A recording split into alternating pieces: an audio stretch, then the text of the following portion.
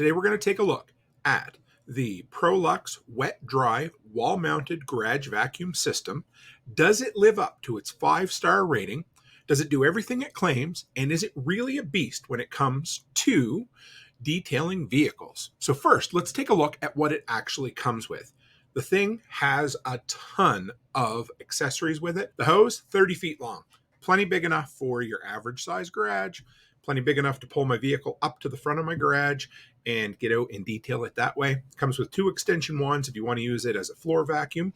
Comes with a standard Central Vac style head, so if you want to use it on carpeted floors. Comes with the heavy duty suction head like you see on almost all of the shop vacs at gas stations. Comes with some crevice tools if you're all about getting down in the little tiny spaces between the seats and in your cup holders, that sort of thing. Comes with a water, soap, sprayer. It's got a really nice horsehair upholstery brush. Actually has 2 of them. It has a round one, which is okay. It's about average for any of them. Then it has about a 4-inch wide one that's a lot coarser, and it really gets into the carpet when you're pushing it in to get the debris out. It comes with a bag that you can mount on the wall to hold all your fittings.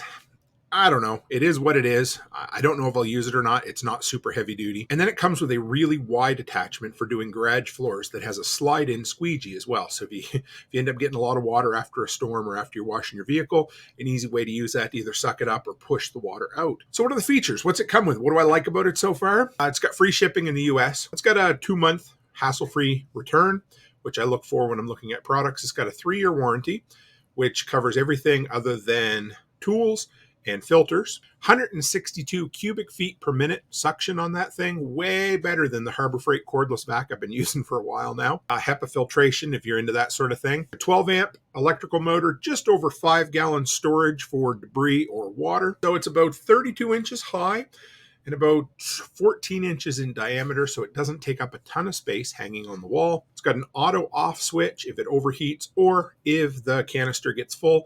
If it does that, the light turns yellow.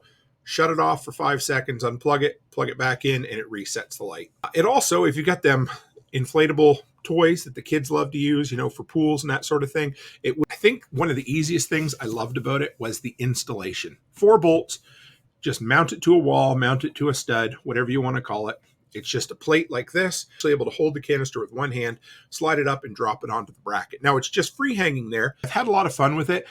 We just took about a week-long trip down through the States, and I spent quite a bit of time detailing the vehicle before and after. First off, switching between sucking and blowing, that sounds kind of funny, on the sides is really easy, but one thing I want you to know that I screwed up, when you put it on the blow side, it's kind of got a bayonet mount, so when you put it in, you turn it, make sure you get those teeth engaged, because about halfway through, I'm just blowing water, doing my thing, and all of a sudden, poof, the whole thing just blows out the side of the vacuum.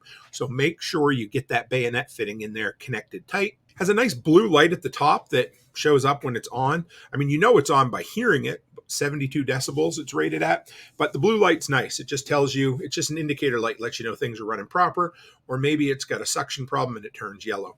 I really like the handles on the bottom. So if you've ever used a normal central vac system in a home or in a building, that sort of thing, this works just like it. And to empty them, they're simple. They typically just have 2 pull-down handles on the sides. You drop the bottom out, dump it in the garbage. That's exactly how it works. And these are big, heavy locking that I can use with one hand. I've actually been able to unhook one, go to the other side, unhook the other, lift it up, and drop it down. I need to sturdy up the wall mount just a little bit. I only put it into 2 studs, and then on the other side was just into a piece of chipboard. Wasn't quite enough beef on that one side. So that's a project for the next video I do on this thing. Okay, let's talk about the process of cleaning upholstery in this. First off, it's a dead simple way. You have that little canister, you put a splash of shampoo in there and then fill it with warm water. Warm water works better. Now, I was worried that as soon as I turned it on, it's going to start blowing everywhere, but it has a little hole in the top. It doesn't start blowing out water until you cover that hole. So that's handy. It took me filling it, holds about 500 milliliters or a couple of cups. I think I had to fill it between 3 and 4 times in order to do my entire Ram 1500. You go through it quite a bit, but it does a really good job, especially if you're doing the carpets as well. I used a little mini spinning power brush, and I had decent results. But if I'd have taken a few minutes and read the manual, I would have realized I was supposed to use the deep suction tool, the heavy-duty wide angled one like that, that works way better for deep suction out of I mentioned the fittings, the attachments that come with it. There's really nothing else that I would like. If I had any complaint, it would be the round upholstery brush. I wish it was just a little bit more coarse. The thing has suction for days. It will probably suck a golf ball through a garden hose. Because I love Central Vac systems, I hadn't really seen a garage vac like this before, and I wanted to test it out, and it really lived up to the hype.